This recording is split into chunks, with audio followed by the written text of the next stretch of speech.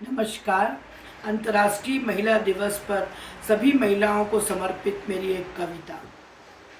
अम्मा ने सुनाई थी अमृता जी की लिखी वो कविता, जिसे सच मानती थी उनकी सभी सखी, जिसे अम्मा भी मानती रही सच पूरी लाइफ, क्योंकि वो भी तो थी किसी की वाइफ। उस कविता में था लिखा एक अजब सा खेल, आज की नारी से न था उसका कोई मेल, जिसमें केवल वो कहता था और वो सुनती थी। कभी न कोई खुद के सपने बुनती थी, क्योंकि उसने तो ये लिया था मान, और उसके पुरुष ने भी लिया था ये ठान कि वो स्त्री है और पुरुष उसका मर्द है। पुरुष के भी हिस्से का सहेगी वो सारा दर्द, क्योंकि खेल में थी दो पर्चियां और था हक उसे कि एक उठा ले।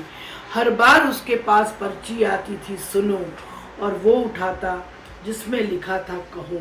मजबूर किया उसे यह कह कि अब यही है उसकी नियति, सच मान उसे जिंदगी भर रही वो सहती। बार बार वही पर्ची उठाती, सुनो देख सिर्फ सुनती जाती, लेकिन अब सोचने की शक्ति है उसके पास।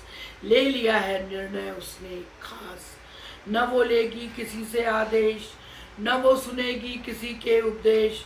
वो तो कोई और जमाना था जहाँ सिर्फ मर्द का फसाना था, जहाँ राजा ने मीरा को पिलाया था जहर, ऋषि ने पत्थर बना अहिल्या पे ढाया था कहर। सारी बंदिशें औरतों ने ही ढोई, मर्द को मान प्रभु अपनी आज़ादी खोई। अटके रहे स्त्री के शब्द, घुटती रही उसकी फरियाद। बदल गई है सदी अब, होगा एक अलग शंखनाद। एक ही गाड़ी के हैं दो पहिए, एक को स्त्री और दूसरे को मर्द कहिए। न होगा कोई खेल अब कहने सुनने का, बदला है जमाना मिलजुल कर रहने का। कभी वो कहेगी पुरुष सुनेगा, कभी वो सुनेगी पति कहेगा।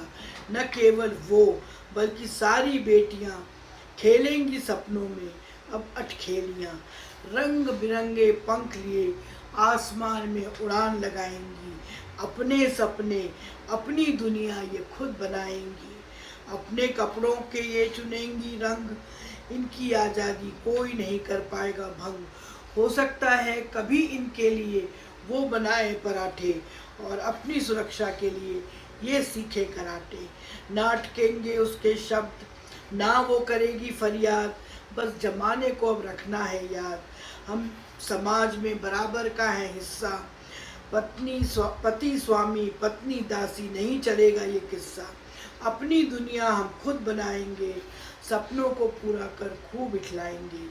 साथ साथ नारा लगाएंगे, नारी तुम शक्ति हो, तुम दुर्गा हो, तुम काली हो, तुम पुरुष के माथे की लाली हो, तुम पुरुष के माथे की लाली हो।